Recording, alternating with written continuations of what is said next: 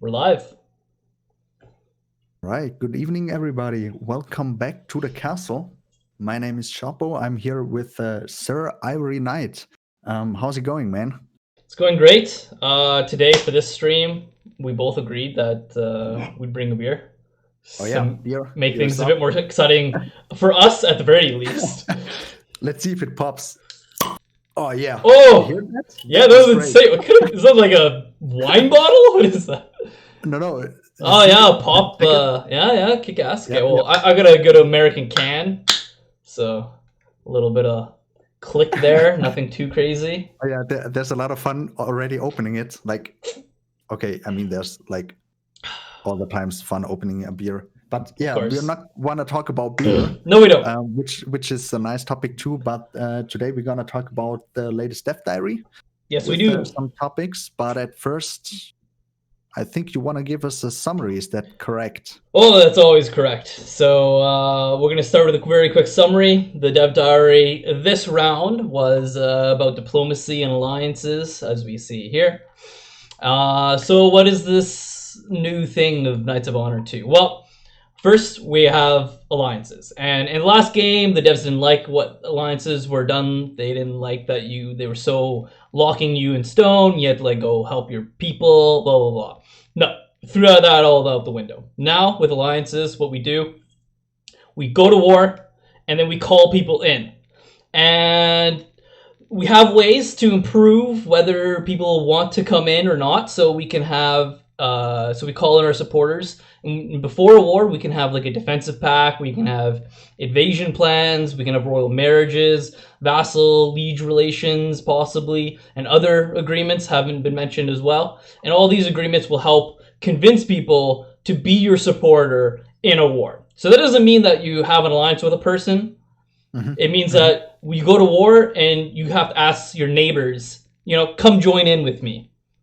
Now, if the initial parties, so the two parties that go to war, so I want to declare war against Chapo over there, and I sign a peace treaty with Chapo after the war because I beat him up really well, then both basically, everybody ends up getting peace. So the supporters who are in the war, even if Chapo has some friends, some family that I beat up as well, we're all at peace. So it's all about the two main attackers.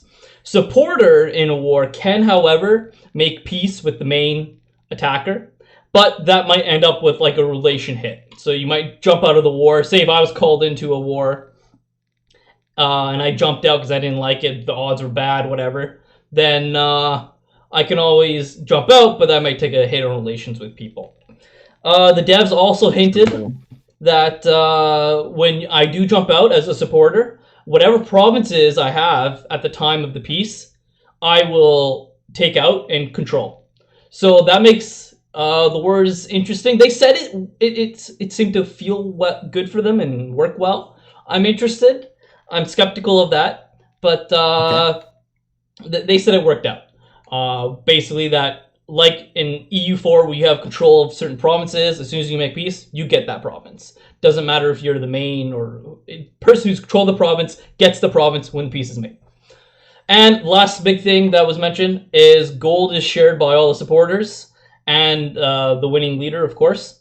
And the gold is taken only from the leader of the losing side, not from the supporters of the losing side. And that's the summary. We're done. Yeah, great. So, like the biggest issues, I mean, they talked it in the DevDiary itself, is that alliances are only limited to wars. So if there's no war, there's no alliance.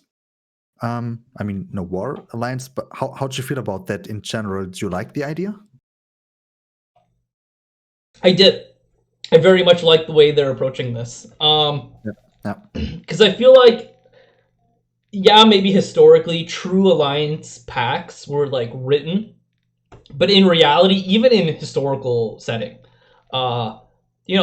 paper's paper, and people tear that shit up, and people don't even follow it sometimes. So it's like, you can make all these like paper signed documents, but whether a nation actually will uphold those documents and assist you in the war, that's not at all related to like forming an alliance pact in like most video games.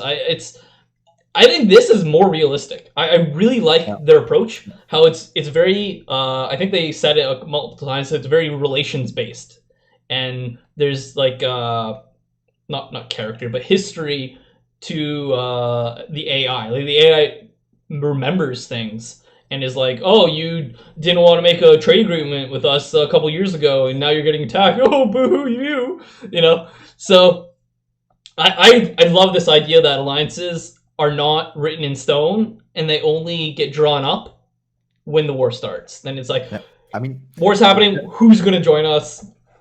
And the that, fun thing, you know, the decided fun thing that. about it is, like, when I was reading through the Dev Diary and they addressed this very topic, and I felt exactly the same way how they have written it. Like in the original game, it was like, all right, you got the alliance and it lasts forever, like you said, and even worse from my point of view, if you had an alliance, you were dragged to war like all the time. You didn't know what your allies were doing, but it could go really bad, and you could end up with a lot of wars you don't even want it to have in the first place. So I was very cautious with forming alliance in the first game, which can't be the intention of the game itself. Yeah, no, totally. So that's actually a really, really great. In general, this time I really liked the changes they told us in the Dev Diary. Yeah, almost everything they did was amazing, and they did ask about backstabbing. So, oh yeah, I think we're on different opinions here. I wrote your comments. Possibly, and I might be on different opinions from the devs themselves, because even the devs seem very wary of putting this in as a feature, because they were really scared about multiplayer and where you have humans that can backstab. But I think it's, you know, leave it up to the humans to like work that stuff out. But Brad, in the stream, Brad does make a good point that it's like, well, what if you want a mode where alliances are locked in and stuff? And I get where he's coming from, but at the same time, you know, Hearts of Iron 4. I know it, but I've never played it. So in Hearts of Iron 4, there's no, I don't believe there's any mode that locks people into alliances. So, but people nonetheless have like big multiplayer games where there's like 20 people, and they say like, you cannot attack me, blah blah, and like that's just how we play the game. And so it is possible, I think, to have a multiplayer where you don't lock people into alliances. Yeah, but I don't really get it. So why you can't? I mean, you can't really get locked into alliances. Well, sorry, I don't mean locked into alliance. I mean like because that would be confusing with what we just said. I mean locked into supporting one side of the war. Oh yeah, sure. Right, so it's the backstabbing, right? Because Brad was worried, and the devs are worried that if you backstab as a human player, it will like screw everything up, and like humans would just make craziness out of that. Yeah, because I mean you can negotiate it all the time, like everybody can. So yeah, okay, but I get what you mean. Yeah, sure. But with that said, I think how it should be implemented, let's say like we're just dealing with like computer AIs, I think backstabbing should be allowed, but it's like a huge economic, or not economic, but relation hit. So not only the people you backstab against, but the people even you backstab with, I would suspect shouldn't even like you that much, because it's like, bro, you said you were gonna fight against us, and now you're gonna fight with us. Like, you know, you like Knights of Honor, you lose a bit of honor there, and everyone trusts you less. So I think it should just be like just a negative relation hit with like everybody in Europe. Like, who's gonna want to do business or relations with you if you backstab? Like, nobody. Yeah, that's exactly my point, because if I see someone else doing this, it would be like, okay, he's a snitch, he's a traitor, you can't rely on him at any point. So that thing is done. Yeah, that's what I think. Do you actually know the story? That's one of my favorite stories, though. Do you know the story of the scorpion and the frog? No, I don't. Okay, so the story is there's a river, and on one side there is a frog and a scorpion. And yeah. You know it? Yeah, One yeah. wants to get over to the other side, and he tells the frog, "Could you please take me on your back? You can It's swim. like, We can get over there, don't kill and me, and then he like don't kills kill me." them. Yeah, and he's like, "No, you're crazy. You're a scorpion. Gonna stab me, whatever." Yeah. And they have a little discussion, and the frog is like, "No, you're a scorpion," and Yeah, Scorpion is like like, "No, once you never. It, backstab, it, it would kill us both." And what no happens? one's ever gonna He's believe your going out word. there. They're in the middle of the river. Scorpion gonna stab the frog. Frog is like, "Hey, you told me you wouldn't do it." And Scorpion's like, "Man, I'm a motherfucking scorpion. That's what we do. Deal with it." Yeah, yeah. What's up? Oh, hey, Welcome to the Beldrith. gangsta life. Beldrith is here. Hey, Beldrith, how's it Yeah. going, man? But on that line, because I know you don't like it, because I think you're worried about how balanced it'll be, and how easy maybe it would be, and so that's why I think if the devs were to include backstabbing, I think they should weigh it more like wherever they think it's balanced, then they should go like another step deeper or more negative. So that way it's like really bad, you know, it's so hopefully there won't be a way to abuse it, you honestly, know? I don't like the idea. Hey Beldrith, yeah, we're all right. Thank you for asking. I hope you're all right too. You picked a good time to step in. We're just at the backstabbing topic. Yeah, I really yeah. like the topic. I'm not fond of it at all. But my, so my Beldrith position likes in it. the comments were like, okay, maybe you can make it an optional thing, like for the game setup. Okay, what's he writing? He writes, backstab should be easy. He likes it, but he says I think he agrees with me. It should be punished hard, and it probably should be punished so hard that it's like it's not even balanced. It's like super negative. That's the only point where I would agree on. Like, if it turns out so bad that your deal out of it has to be exceptionally great, then you could do it. And otherwise, I don't know about the balance. That's how I feel about it, and that's how I would like it to be kind of imitated in the game. I don't think it should be something that you pull every like third war. You know, I think it should be pulled every like 13th, 14th war. You know, like rarely happens. You know, because it's like an everyday thing when you think about Game of Thrones, right? So that's what I was thinking. That would be way too much. Yeah. No, it's not. That's no honor in it at all. So nothing. You rack honor. You rack honor. Yeah. So one of my questions I asked, which they answered, thank God, they always answer my questions. I'm so happy about that. Was the rebels? Could you call, like, if there was a rebel in their country, could you call it into your war? So if I was to attack somebody, can I call the rebels in their country to join my war? And they said yes to that, which I was surprised that you could do that. I was like, what the hell? And they went further than just like saying like that's a feature, because I was like, whoa, like that's kick ass, right?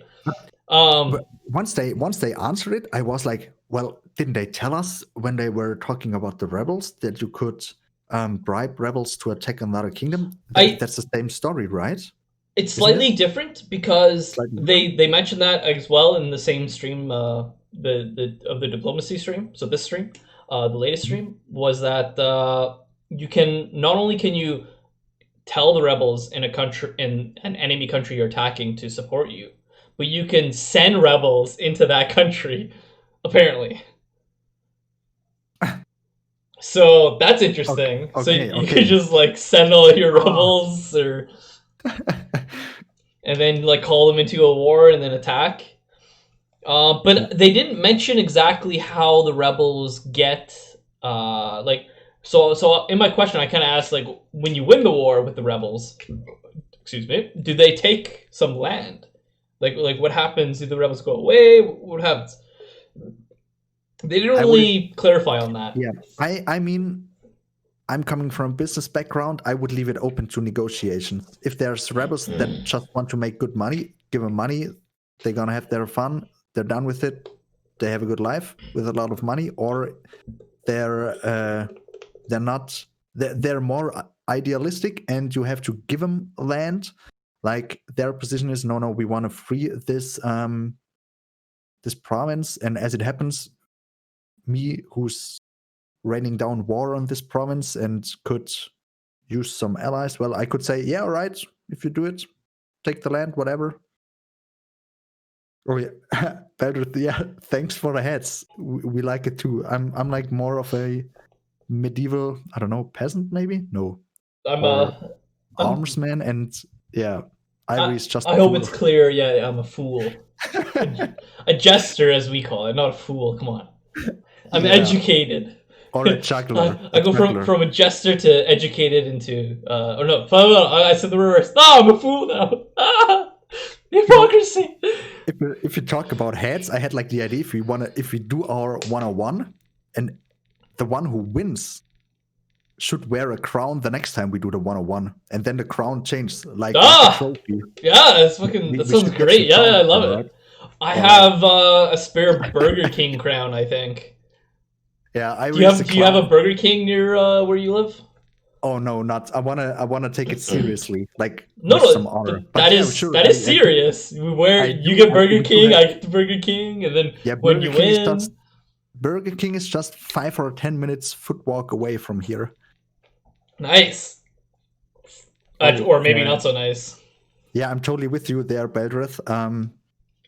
Ivory has and is a clown head.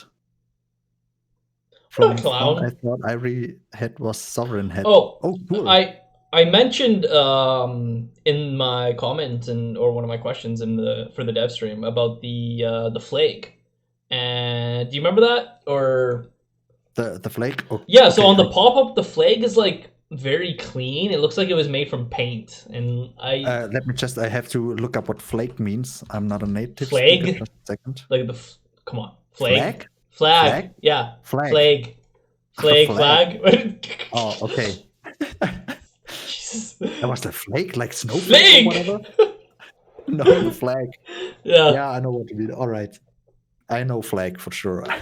Yeah. So the flag, there's like a little emblem flag about your like nation on the pop-up, and it looks a little too crystal clean for my liking. So I made the comment like I think it should be dirtied like a little bit to match kind of the flavor of the pop-up. I'm showing it on the stream right now. The people can see it. Could you show it just a second? I was like running through the text and I saw a misspelling, but I didn't want to do the grammar guy, you know. Oh, there's a misspelling here too? The pop. No, it was in the text. It was not on the screenshot. It was in the text. If it's in the text, it's not a big deal. Minor issue. Oh yeah, true.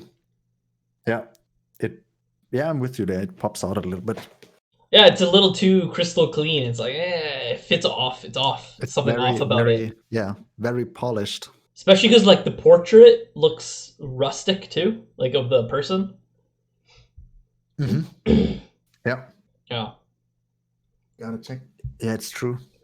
I think we have, like, 6-7 more minutes here. So, give me another goody topic about the diplomacy. Maybe let's ask Beldrith. I want to know what he thinks about like Beldrith in general, the latest dev. I know you didn't like the last one on trade. What you say to this one? Did you like all the changes they made compared to, or the changes they want to make compared to the first game? While we wait on Beldrith's answer, sure. How do you feel about the gold only coming from the main loser of the war? Yes, I did. I think. I don't know. I'm not sure. What would be more realistic? I don't know. Maybe it should relate to your war participation. So, in EU4, they have some kind of measure to gauge your participation in the war, so battles and provinces you siege. So maybe if you're defending and like you have a large war participation and you lose, then you pay a lot. If you took a lot of battles, then you pay a lot of money because you fought in a lot. I think that actually makes a lot of sense. That's fucking how I would do it. Okay. What do you think? I don't know. I felt like there could be some bandwagoners. Like, okay, let's join the alliance, see where it goes. Maybe make some easy wins. I don't know if it works. And then you don't have any financial risk. But for the supporters, if they really want to do it, well, they have to build up troops or whatever. And yeah, I'm not sure about it. But in general, I think it's better to just make the leader pay, because if you make everybody pay and it's not clear how, maybe alliances would be more difficult to form. But that's what I'm arguing. I'm not arguing to say everyone pays. Like, if say you never battle, you never siege. I'm just thinking out loud now because I haven't made my mind up on that yet.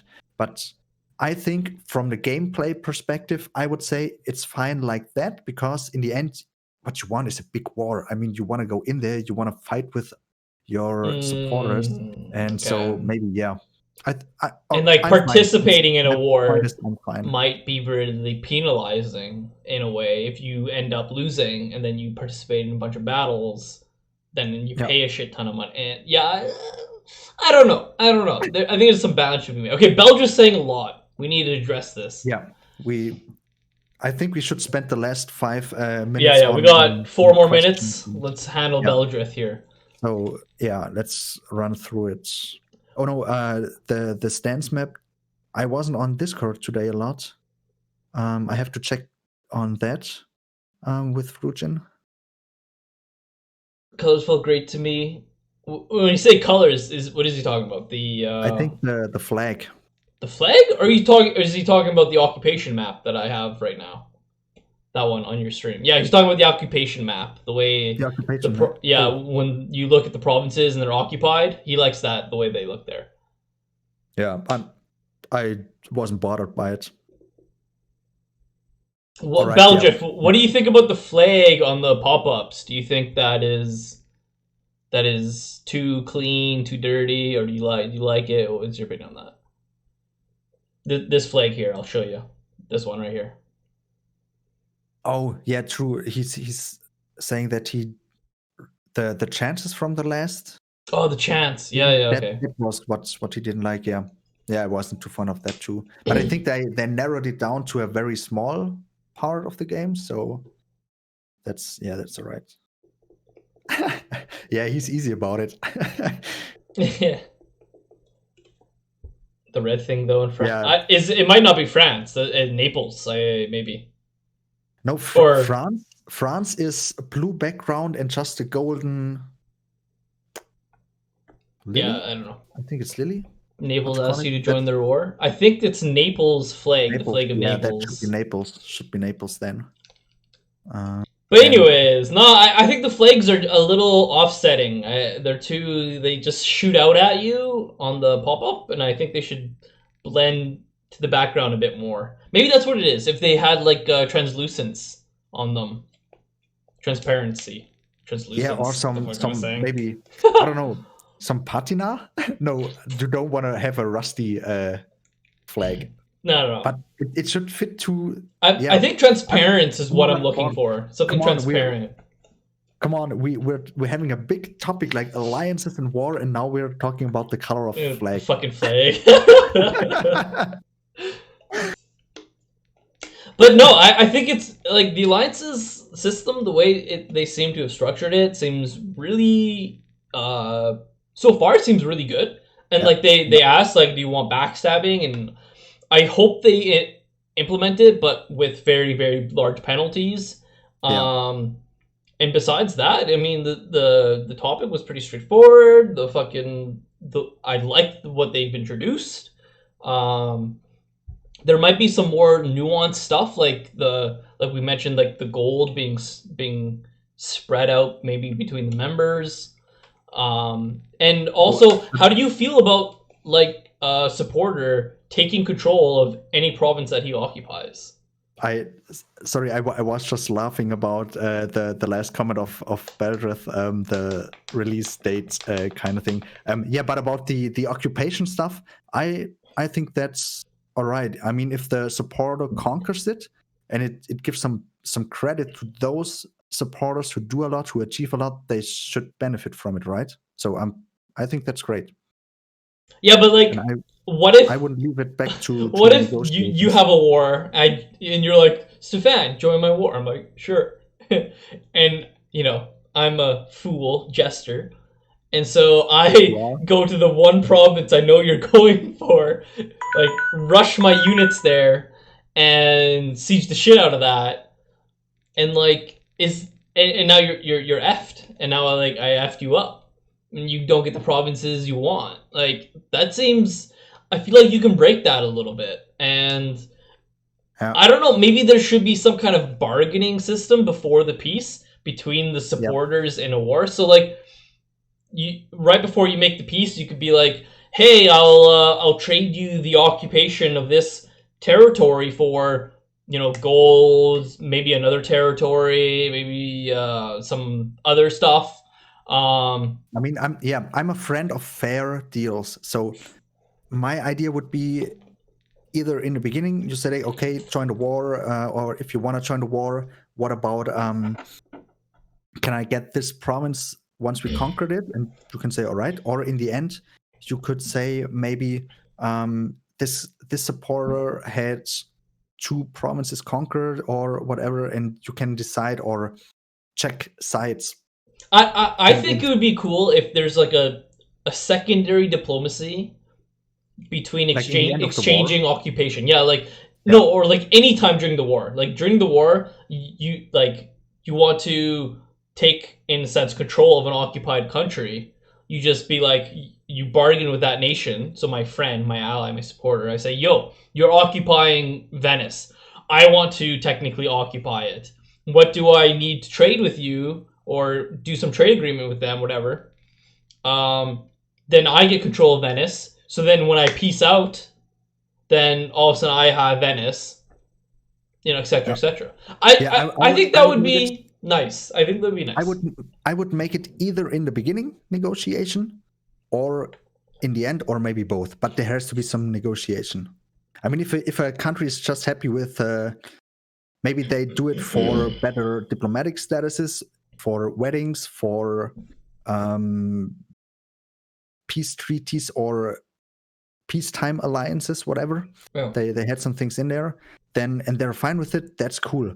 Arguing provinces is a big deal.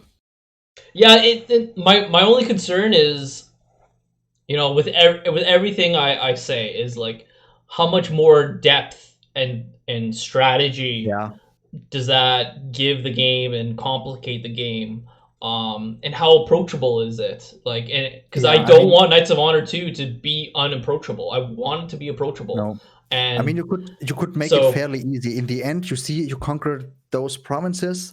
Your supporters want this, and that, and whatever, and you can say yes, no, yes, no. And if 2 supporters want 1 province, you have to negotiate again, or maybe say no, you get it, and you won't, and just make it like attached depending, to the end of the PC. Yeah, yeah, yeah, yeah, and it could be just one screen, or one yeah. window. One window, the I peace think that should window. work out You easily. peace Yeah, out, and yeah, that's where you decide when to trade provinces, and yeah, yeah.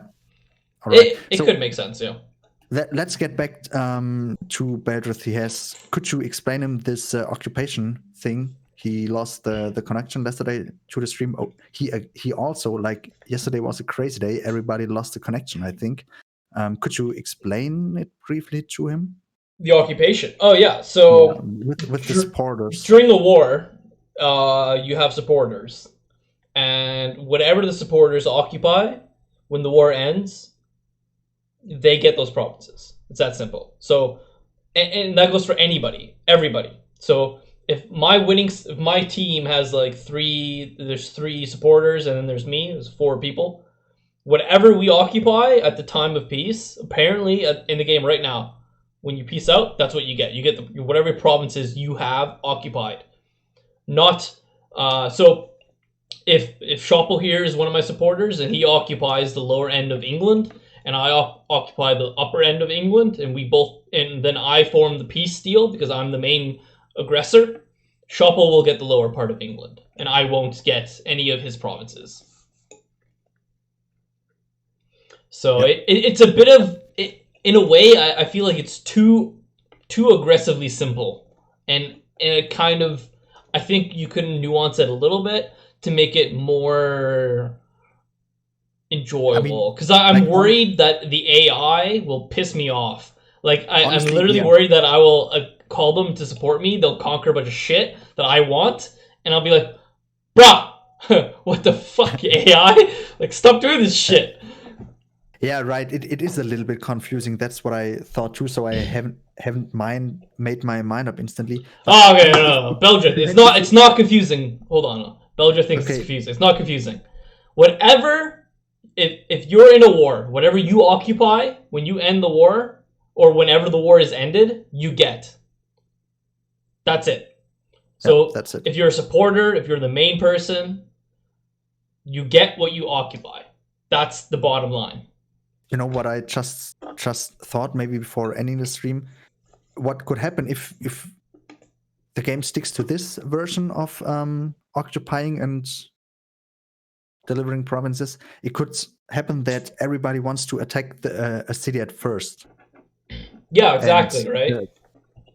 Yeah, there might be a province like that everyone's like, "Oh, it's a good province. It's got a lot of good stuff. I want that." Yeah, and the guy who reaches the castle at first attacks it, and the other supporters. I think that brings some